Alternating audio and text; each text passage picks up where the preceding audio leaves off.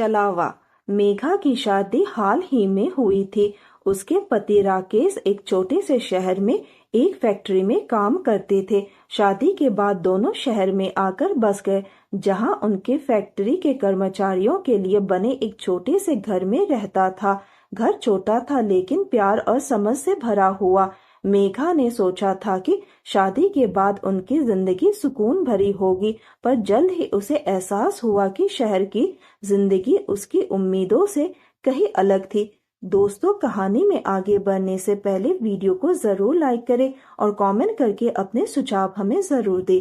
आपकी राय हमारे लिए बहुत महत्वपूर्ण है। फैक्ट्री के कर्मचारियों के घर के बीच ही उसकी मुलाकात उमा से हुई। उमा एक मस्त मौला और चंचल महिला थी जो हमेशा हंसती रहती थी।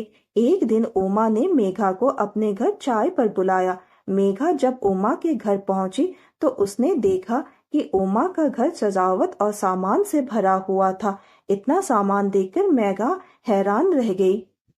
उमा ने मुस्कुराते हुए पूछा, क्या हुआ, चौंक गई ना? मेघा ने धीरे से कहा, तुम्हारे और मेरे पति तो एक ही फैक्ट्री में काम करते हैं, फिर तुम्हारे पास इतना सामान कैसे आ गया? हम तो मुश्किलों से गुजारा कर पा रहे हैं।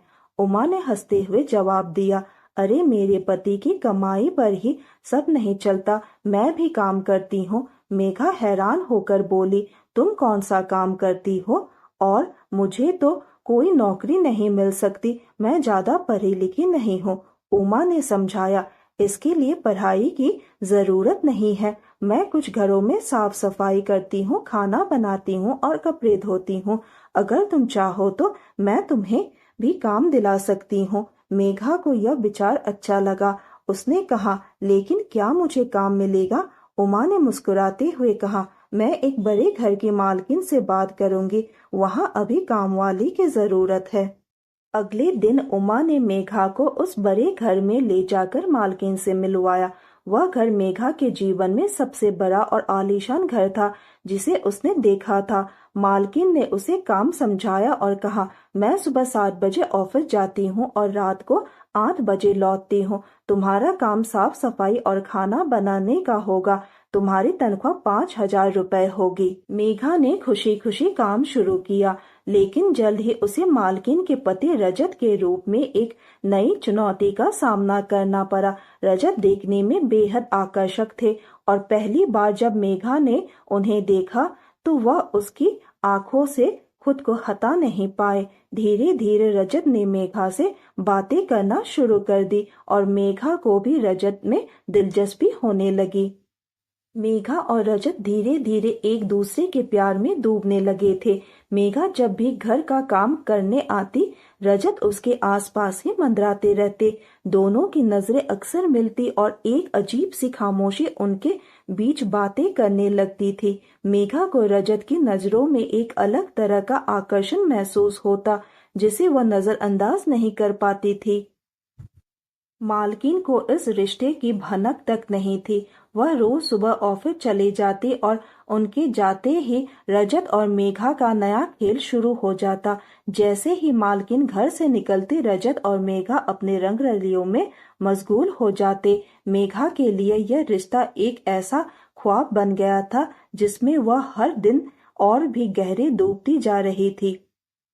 रजत उसे महंगे उपहार देता, कभी नई साड़ी, कभी गहने। मेघा को वह पल किसी सपने से कम नहीं लगते थे।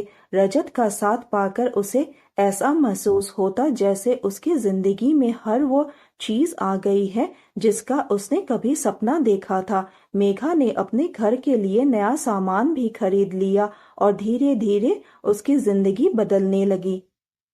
लेकिन मेघा के पति राकेश को यह सब देखकर शक होने लगा।